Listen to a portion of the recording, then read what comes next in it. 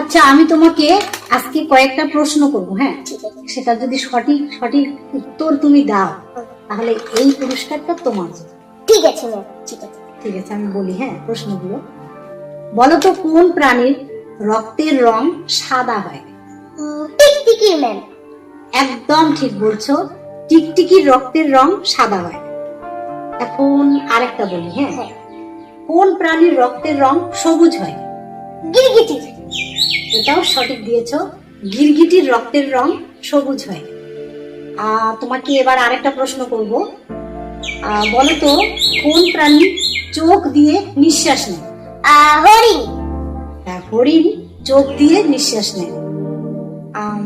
ঠিক আছে, আরো একটা করি, হ্যাঁ?